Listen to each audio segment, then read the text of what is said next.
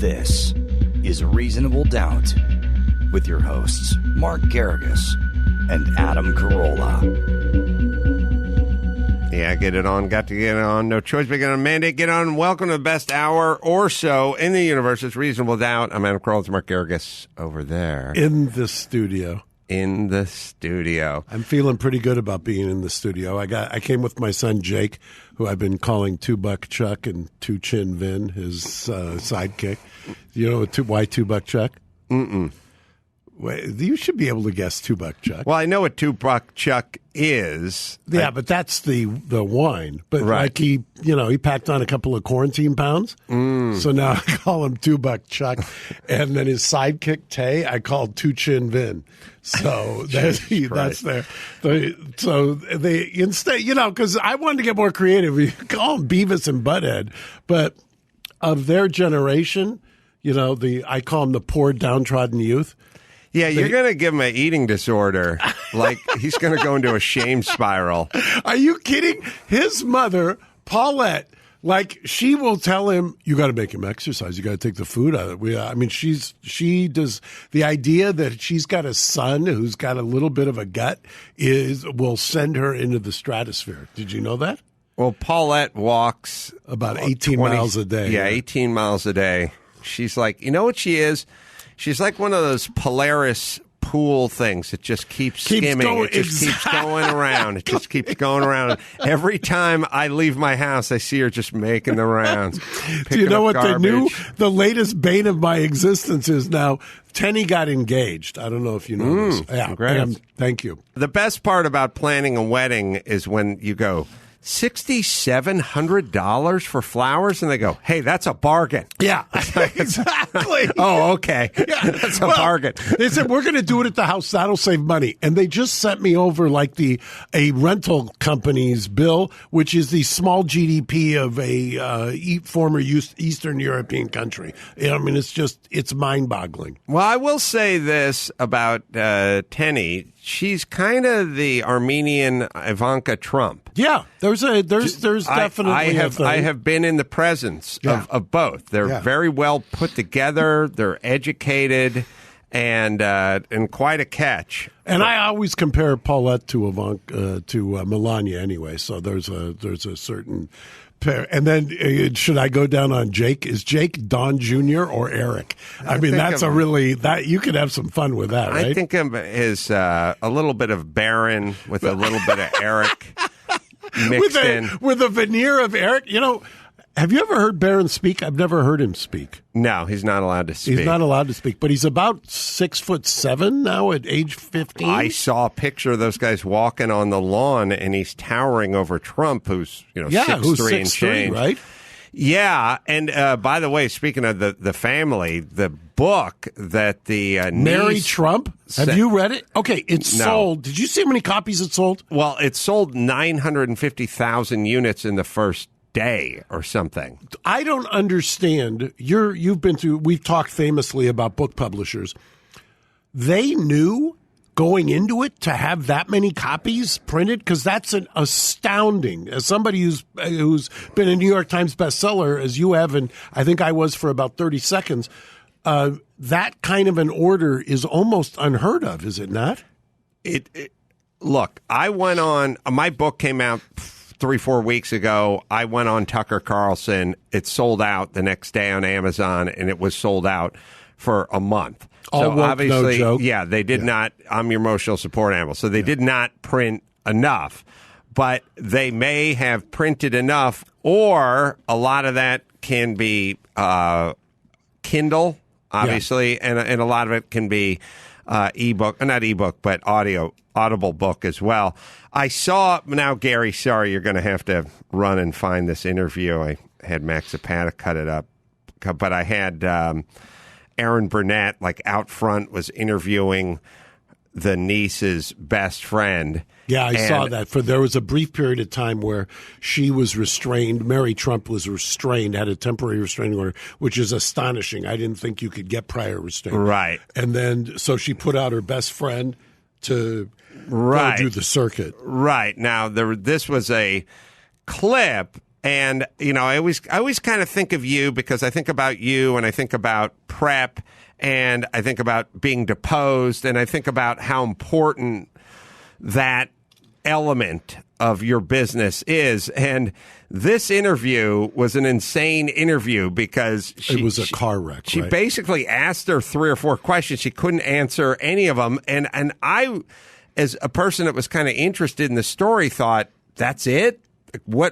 Where's the bombshells? What's going on? Gary might be able to or find it at some point. Well, give him a what second. is this is a great free association. What's your takeaway from this book so far? I don't. Somebody he paid somebody to take the SATs for him. Right. Okay. I mean, that I think sounds about right. I defended an Armo who was doing that. The Armo was it was on the law school aptitude test, which is interesting because this week now the bar exam is going to be remote, and they've lowered the level upon which the passing score. The Armo paid someone to take the test. You wouldn't pay an Armo to take Why don't you just want my money back. Go fail it. I paid an Armo and he failed. Why don't you just go fail it yourself? Why do you have to cut out the middleman? No, the Armo was good. Oh, really? I wish I remember the facts. Found the one good. Because the Armo went into the testing location in order to get the test or surreptitiously convey the test questions to another jurisdiction where, like, it was either Hawaii or New York. I don't remember the exact facts of it, but there was hours that had, because of time zone differences, and the Armo was trying to get the questions to somebody outside of the jurisdiction. So he was really more the bagman. And he got caught and then was running out of the testing site and got into a fisticuffs with one of the proctors and was charged with assault. It was quite a story. They're amongst the sneakiest of all the breeds, the Armos. I've always said about Armos, the thing about Armos that I've never understood, because they're very, it's that old, it goes back to another racist trope, which was, it happened one night with Clark Gable, the movie. And he walks into a hotel room. Wait a minute. It happened when the movie with Clark Gable. Right. Okay. He walks into a hotel room, and there's a string across the room where you can put your clothes up to dry. Mm-hmm. And Gable walks in and says something to the effect of, paraphrasing, clever those Armenians or something like that, because it was ingenious. And I've always said, yeah, Armos are clever, but if there's a direct legal way to go from A to C, they always want to go to Y or Z first and then do a U-turn and come back to C. Yeah. Well, it's interesting. They say, like a athlete, Muhammad Ali or whatever, they'll say, it ain't bragging if you can back it up. Right. And it ain't a stereotype if it's true. That's what I will say about the Armos. There are some... for years, back in the 90s, I represented large swaths of Armos who had immigrated from the Soviet Union as it broke up, and they came over here. And back then, they started to call them the Armenian Mafia, but then that became impolitic. So it became the Eurasian Crime Force, Eurasian Organized Crime Force Task Force. And I was trying cases in federal court, defending them there, defending them in state court. They'd have experts out of the Glendale Police Department as to the organized crime structure and things like that. But they were very, very clever. I remember I've had this in 3 different trials where I'm cross-examining in the Armos with credit cards that if you go and put your credit card in at the gas station and then pull it out, and I remember one Armo who was Parmaz, I think was his name. And I said, well, did you just get my stuff when I did that at the gas station? He goes, as soon as you pulled out. I said, what do you mean as soon as I pull out? As soon as you pull your credit card out, it's mine. And they'd be able to read it and then swipe it and then do the fraud. And it was incredible, the technology that they could get in order to steal it from you. And I've always blamed this on the Russians and the Russian dominance of the Soviet Union, that they took the Republic of Armenia and took a people who traditionally were, for millennia, we were a Christian nation. And then There's always this kind of, you got to get around the totalitarian government, so you become clever in order to get around it. And that usually means defrauding the government. There was kind of an institutionalized cultural thing about having to deal in order to get through society back in the 80s or 90s. Because I remember when... That's interesting. So it's just, you almost develop a skill of working around a system. Yeah. And they really... come over here and you drop them into the U.S., and they assume that the government is the same. There was kind of this mentality for years that the government was the same, that the government was anti. You had to develop a skill set to get around the government here as well. No, I have one working at the other shop, and it's like every time someone goes, I got to go get my car smog checked, he'll go, I got a guy. All right, so what stories are we have the videos as long as we're on it. If you want to talk about unvetted, like what I'm saying is so Mark, if you have a client and the client is heading in and it's going to be deposed, you're going to have a very long conversation with some sort of dry runs and things like that, where you go, look, here's what I want, here's what I don't want. If they ask this, here's the way you answer it. Okay, do you know what I show people? Gary will find this to play right after this one. Yeah. But Gary, find the Jerry Lewis question and answer, I think, with the Hollywood Reporter. That's the greatest. But now this is Erin Burnett, and she's talking to Donald Trump's niece's best friend because she has a gag order. And because the gardener was apparently unavailable. She wants to know who the guy is who took the test, who took the SATs for Trump. Amongst front, I think, with Erin Burnett. Sorry. Tonight, President Trump's brother making a last-ditch effort to stop the niece's tell-all book from publishing. His lawyers asking the judge to continue a gag order against Mary Trump, saying that her personal stories aren't protected political free speech. This comes as everyone is asking the big question: who is Joe Shapiro, the friend who Mary Trump says took the SAT test for Trump? Out front now, Alice Hafter-Frankston. She is Mary Trump's best friend. She is speaking out on Mary's behalf as Mary's under that gag order. So I want to start with this question because it's gotten a lot of people talking. The allegation in the book, in Mary's book, that Trump paid his friend, a man named Joe Shapiro, to take his SATs for him. So everyone's been talking about this Joe Shapiro, and they found this Joe Shapiro who went to the University of Pennsylvania with Trump, and his wife, the former professional tennis player Pam Shriver, says there's no way it was him. He, of course, has passed away. Can you clear this up for us? Is that the Joe Shapiro that Mary is alleging did this, or is it someone else? That's not the Joe Shapiro, and the timeline doesn't match up, and it wouldn't be logical. This Joe Shapiro and Mary's uncle would have been at Penn at the same time. That's not the one. Right, so you're saying they hadn't even met at this point. Joe Shapiro is a really common name on the East Coast. Yes, really yes, it is, which I think is a fair point to make. It is. So blew the lid off this the White House claim is absurd, completely false. Those are their words. And is there anything more you can tell us about this person? And I know because there just is so much focus on it, obviously, because, you know, she's saying this sets up the kind of person that the president was and is, you know, his dishonesty and his lies, and that it started at this point. Is there anything more we're going to find out about that Joe Shapiro that she says did this, and, you know, whether he's still alive? I don't think that there's going to be more about it because really it's only part and parcel. All right. Wait. Okay. Where do we start? Let's start with Joe Shapiro. It's like, is it this Joe Shapiro? No, I don't think it's that Joe Shapiro. You're telling me that if CNN had the opportunity to interview the Joe Shapiro, that wouldn't be the biggest get that any booker could get over there? Right. But what I'm saying is you got to do a little pre-interview and a little prep. There was nothing there. You have the person's home number, call them and ask them. Say, which Joe Shapiro is it? By the way, Joe Shapiro almost sounds like a phony name, though, doesn't it? Joe Shapiro?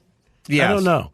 If it was Bob Shapiro or if it was Robert Shapiro, but Joe Shapiro? The other bombshell that was in this interview that we didn't get to was when the niece showed up at Mar-a-Lago, I think, and after Donald had played golf, and she was like 27 and wearing a bikini, he just like looked up and went like, wow, you're stacked or something like that, which is obviously very believable with believable with Trump, but it's still what we're looking for is stuff that doesn't seem like it's on brand. Right. And this is on brand. You know, if Jimmy Carter said that, then that would be a story. So far, this isn't. But yet, they've sold 1 million units. 1 million books. I don't. So who are we to give them to criticize? People don't quite understand how insane it is to sell 950,000 books on the first day. Listen, if you can sell 50,000 units of a book in a total run, you've done well. You've done it. Speaking of which, it's a new world of new challenges. Do you know that? LegalZoom. If you need legal help to overcome yours, there's LegalZoom. You want to know the best way to protect your family? You're thinking of starting a business? Don't let legal questions hold you back. LegalZoom, helping with the right solutions for over 19 years. It's amazing that it's been 19. Protect your family with a will or a living trust, or start a business with a DBA, LLC, or a nonprofit. Get started online. If you need guidance, their network of attorneys can provide service. And since they aren't a law firm, you won't have to leave home and you won't get charged by the hour. LegalZoom, right, Gary? That is absolutely right. Visit LegalZoom.com today to take care of some important things you need to get done. That's LegalZoom.com. LegalZoom, where life meets legal. What's new in the Maxwell case, Ghislaine? Well, we're going to talk shortly, I think. Gary, aren't we talking shortly with Alan Dershowitz? We are in terms of where you and I sit in the studio talking to him shortly. For the listener, it will be coming up in our next episode right at the top. No kidding. I can hardly wait. I mean, and for those of us who watch on YouTube, Alan will be joining us via Zoom, so you'll be able to see him as well. That's fantastic. So let me tell you on Maxwell. So they had a bail hearing. I had mentioned last week that the lawyers, they had the prosecutor, or at least one of the lawyers was a prosecutor who had prosecuted El Chapo. That screams to me cooperation at some point. Since the last episode, I will tell you that she did not get bail. They denied that. They said, do you agree with that? No. I think it's, frankly, I think it's ridiculous. It's, the idea. Did they say she was a flight risk? Yeah. Flight risk, number one, that she could go to France, that she had French citizenship or a French passport. And famously, the French would not extradite because Roman Polanski is still there. That in addition to that, she had made application that she would stay under I assume under electronic monitoring at a hotel in New York, which, by the way, that may be uncommon in other places, but in the Southern District of New York, that is not. I mean, it isn't common, but it certainly is not uncommon or unheard of. Is there a suicide version of flight risk? Wouldn't that be the whole idea? God forbid anything happens to her while she's in custody. I remember in real time when we talked about Epstein, we said the fact once that there was no video or a missing video, you were never going to put that to bed. And sure enough, I mean, now you mention Epstein, even completely rational, doubting Thomases will go with you. Yeah, it doesn't make sense. It makes no sense. And that's forever going to be the case. If anything, God forbid, happens to her while she's in custody, just write it off. I mean, because there's no way that you're ever going to convince anybody that it was suicide. But it's academic, because if something happens to her in custody and you think it's suicide or you don't think it's suicide or it's homicide, it's still the dead men are telling no tales. I mean, in her case. Now, she also has a trove of material. Exactly. You read my mind. Obviously, we're on the same page. I mean, I think she has had enough time. She's smart enough. And they found certain items that she probably has downloaded whatever she knows to her lawyers. I think when you hire, there's a perception amongst clients, and I don't know her. I've never talked to her. I'm just telling you what my experience is over 40 years. My experience is when clients want an ex-AUSA, Assistant United States Attorney, there's a reason for that. They specifically want somebody who's going to either go in, work out a deal, or somebody who think they're connected so they can avoid a trial. You generally are not looking at a ex-AUSA if you want a trial lawyer, so to speak. If you want a trial lawyer, you find somebody who tries a lot of cases, and there's just a handful federally because federal criminal jury trials are all but extinct at this point. In fact, any federal jury trial, whether it's criminal or civil, is virtually extinct. I heard she has copies of whatever Epstein had, but who has what Epstein has?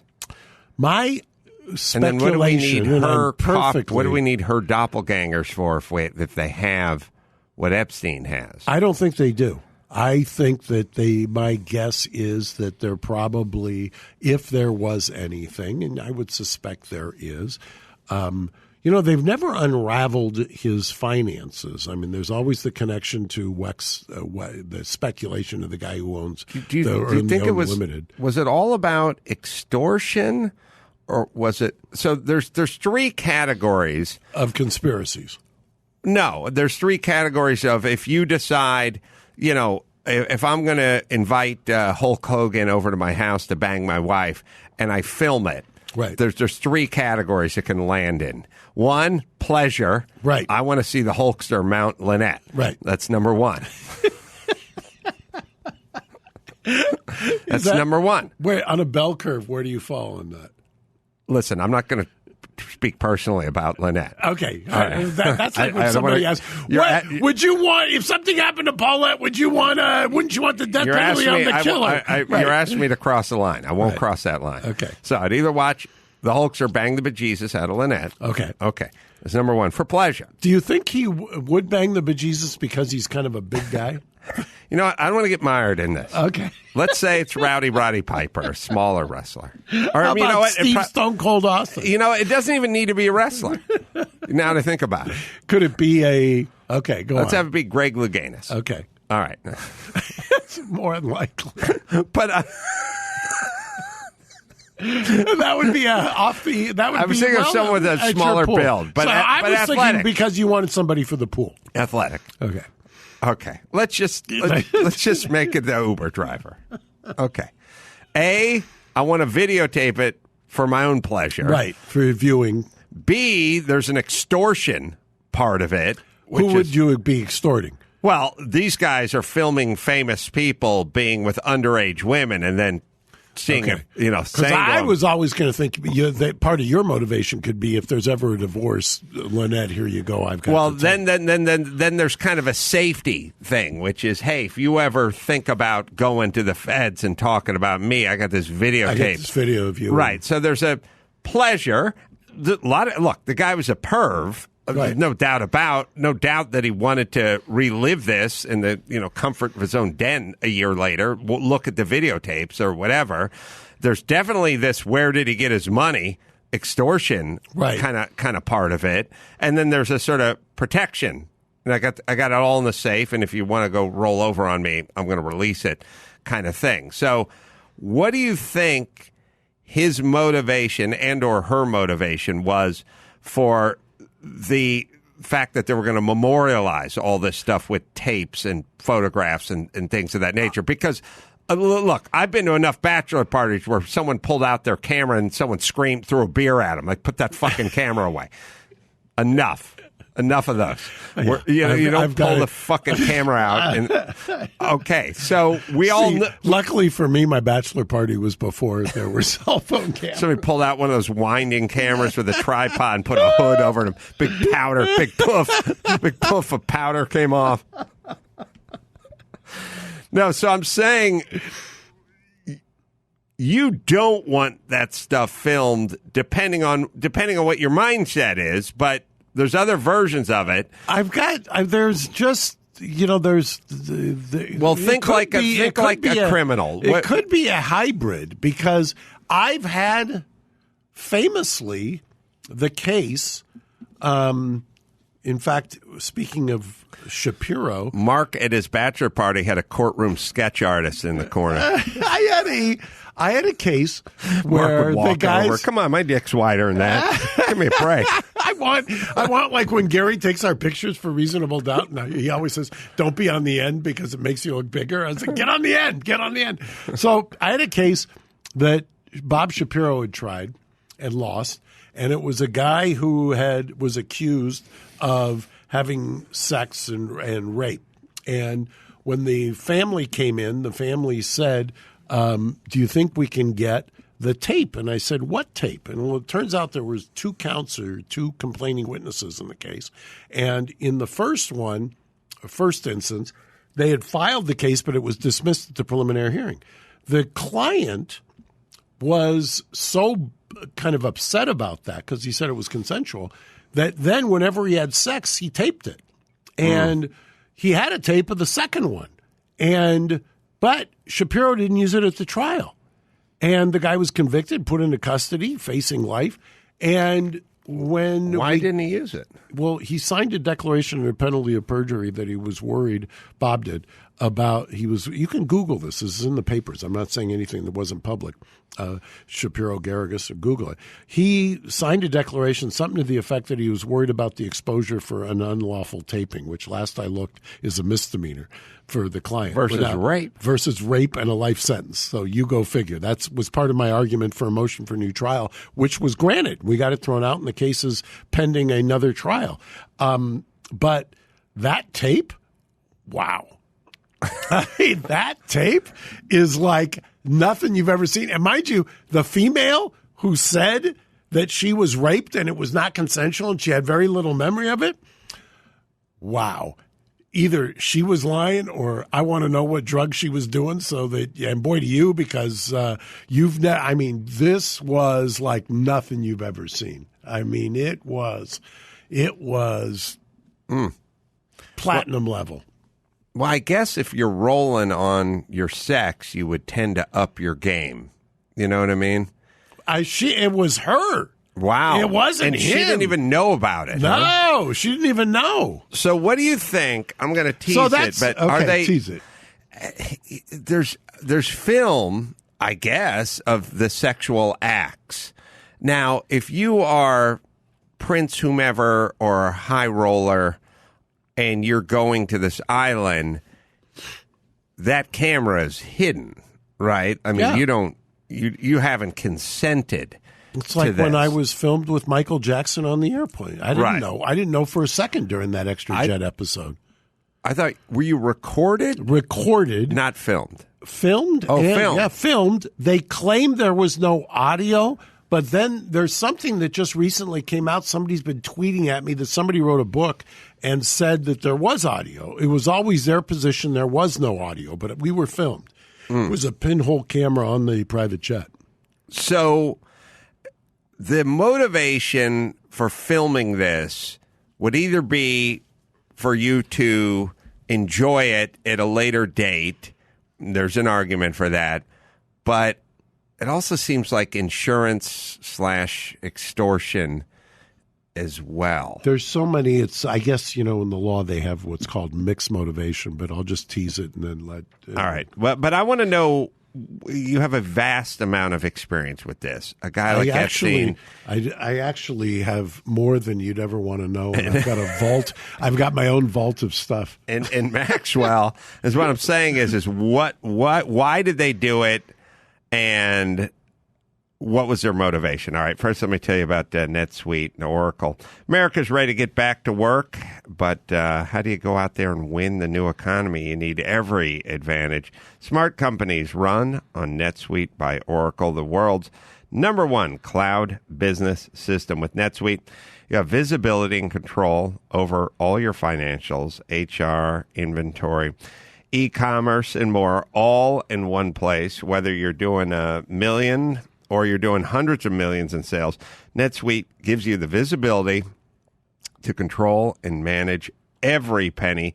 Join the 20,000 plus companies who trust NetSuite. Am I right, Gary? You are absolutely right. NetSuite surveyed hundreds of business leaders and assembled a playbook of the top strategies that they're using as America reopens for business.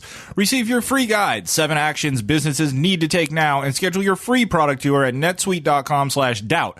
Get your free guide and schedule your free product tour right now at netsuite.com/doubt. netsuite.com/doubt.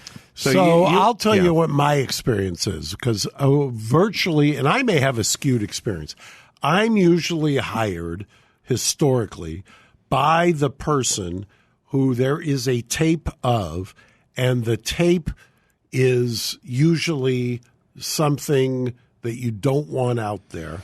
And my client is having to either pay or expose the person or talk them, the person who's come to you to get the money, out of releasing the tape, so to speak. So that's generally my experience, that these tapes that are supposedly between consenting adults turn out to be somebody tries to shake you down to get money so that they don't release it. And that's generally anybody who's high profile or has a position or married or whatever else, that's how the tapes are used. How is there obviously there's no way to ensure that they don't have a copy of the tape when they hand over the copy of the tape, but the deal is it cannot be released. Yeah, right? What I generally do is in the old days, I counsel now the opposite approach. It used to be in the old days, and I'm talking years and years and years ago, I would have them sign a declaration under penalty of perjury that they've turned over everything, they've got nothing else, they don't have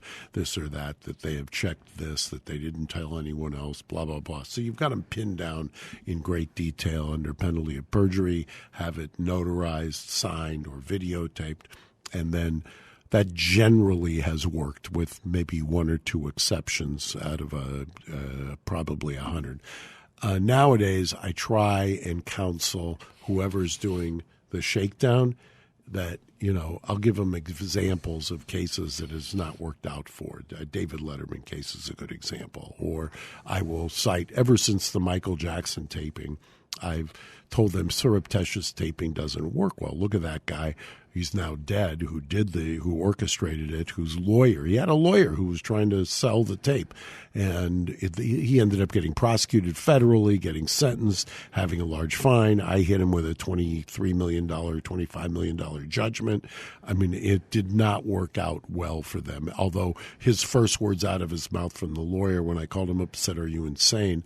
was, "My client thinks he's hit the lottery." So when you have something like that, people tend to default to money. They always want to monetize it. So that's my experience, is that they always want to monetize it. You've got a more conspiratorial bent than I do. Well, or you think of, I always think that maybe it's the Armo in me. I'm always thinking that they want to monetize. Everything is monetization. I always just find it fascinating. I find the narrative fascinating, which is, it's like, Bill O'Reilly did I don't know what with whom, but he paid out $30-something million or some version of that. Letterman had a room outside of his office, and he had sex with interns or an intern or two. I saw your big new intern here. Yeah. Yeah. Yeah, that's okay. And I'm clearing out my side office for him. He's a tall glass of water. Yeah. Ryan's a big boy.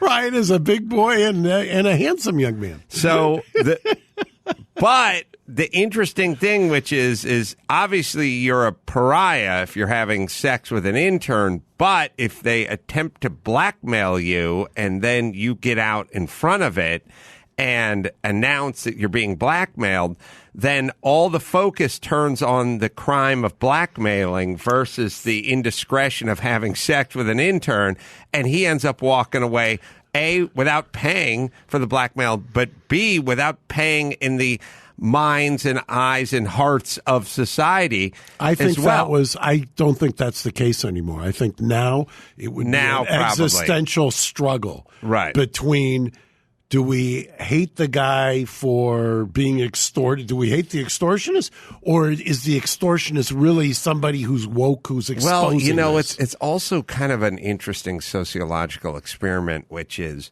Letterman has always, and long been the darling of sort of Hollywood and the news. Like him and Jon Stewart are on sort of the Mount Rushmore of guys they like in Hollywood versus, I don't know, James Woods, right? Let's say. So, would you put Bill Maher there? Or is Bill Maher like Trump trying to get on the Bill Maher is not anywhere near it. So when Bill Maher, and Bill Maher's close. When Bill O'Reilly gets caught with some sort of dust up, they go at him. Oh, my God. Guns blazing, right? When it happens to Letterman, it's kind of like, we're going to approach this a little differently in terms of the media, in terms of Hollywood, in terms of the public opinion. So a lot of it is kind of what they think of you going into this. So back to Ghislaine Maxwell. So bail seems risky for her. So if you're the judge and I make this pitch, I say she's not going anywhere. She didn't leave the U.S. By the way, I don't know anything about her, but I'm going to speculate that they made the argument that the reason that she had the various passports is because she travels internationally. And by the way, she's probably being pursued by the press relentlessly. It's probably the biggest get you could have in the media right now is to have her talk. And so she wanted to keep a very low profile. Look what happened when she was here in Eagle Rock eating a burger at In-N-Out. It went around the world in a matter of minutes. So all of the things that people say are consistent with flight are equally as explained by the fact that she's pursued as kind of a get.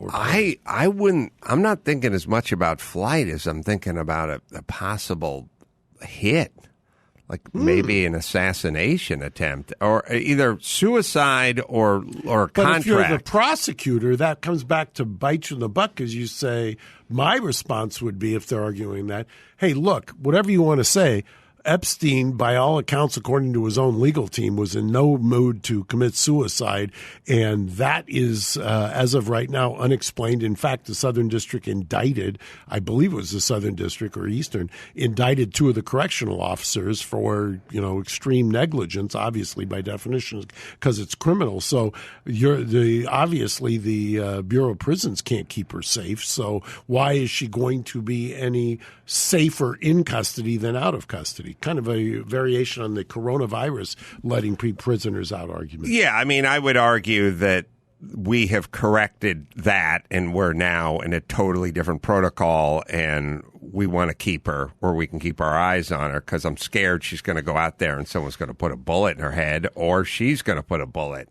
in her head. That she would commit suicide. Yeah. It's hard to argue. What I'm saying is you can argue with the flight part of it. Give us your passports. We'll put an ankle bracelet on you. We're going to put a guy out front of your door. Right. And that kind of stuff. Security. But you can't argue about the suicide because we can't really control that once you get out of this cell or out of our custody. And it might be hard to control a hit. I mean, if somebody was hell-bent on, a drive-by kind of a situation. Or poisoning your Grubhub or something. Right. That would be sort of my argument for not letting you out. And I'd say, yeah, but all of that is speculation because the one thing we do know is that her closest confidant and the whole reason that she's been charged, that guy ended up committing or dying, and it's still not a slam dunk that it was what suicide. Did they offer? Did they offer flight? They offered flight and a danger. They had What's the danger part? The women who came forward and said they didn't feel safe because she had groomed them.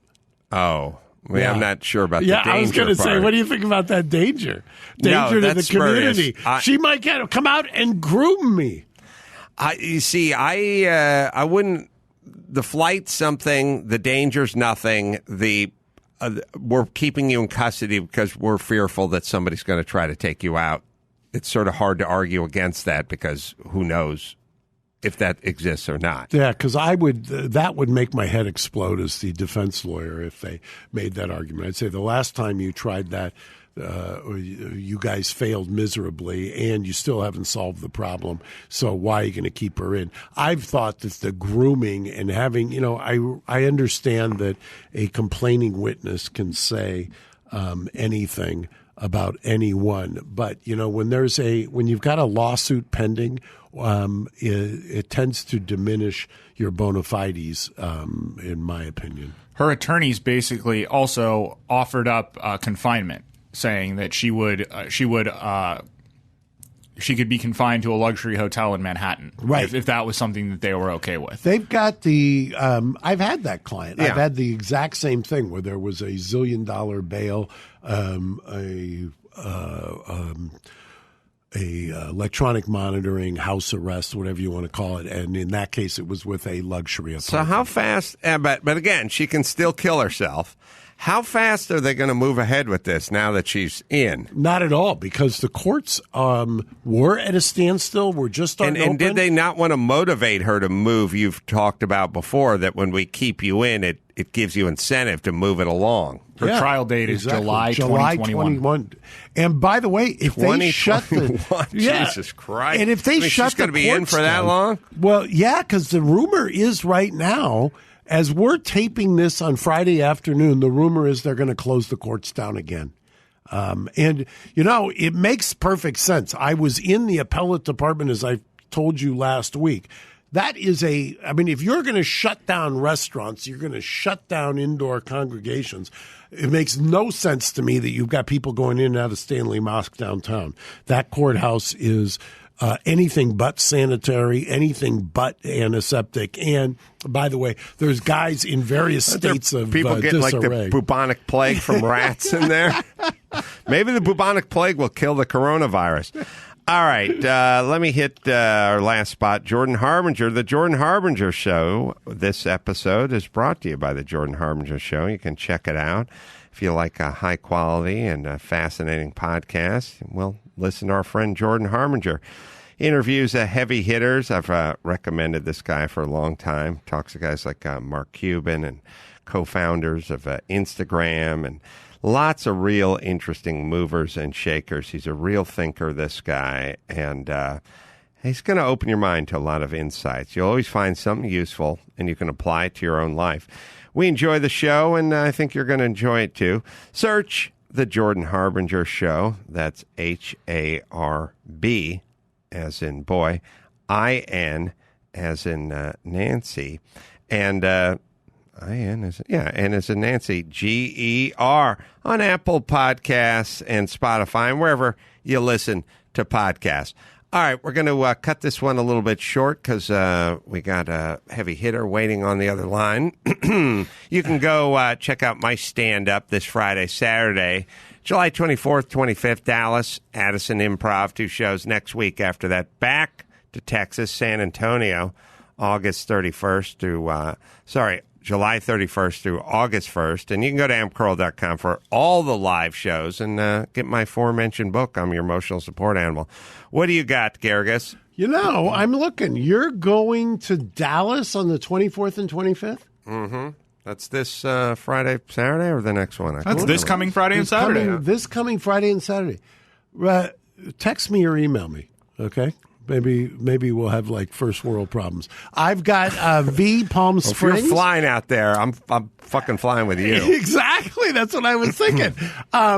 I've got V Palm Springs. Get down there before the governor shuts down all of California again. Capri, Southampton, and New York. I think we've got several days with no deaths in New York, so that's open. Naya, the new pop-up restaurant. Engine Company 28 can eat outside and fend off the mentally ill. And Tenny, Mediterranean Tapas. I'm going to, Gary, next week, remind me, I'll show you one of our diners who was able to get into hand-to-hand combat, and then the hot dog guy tased the mentally ill woman out front of the restaurant. So thank you, Eric Garcetti, for making L.A. a wonderful place to do business. So until next time, Adam Kroll for Mark Garrigus saying mahalo.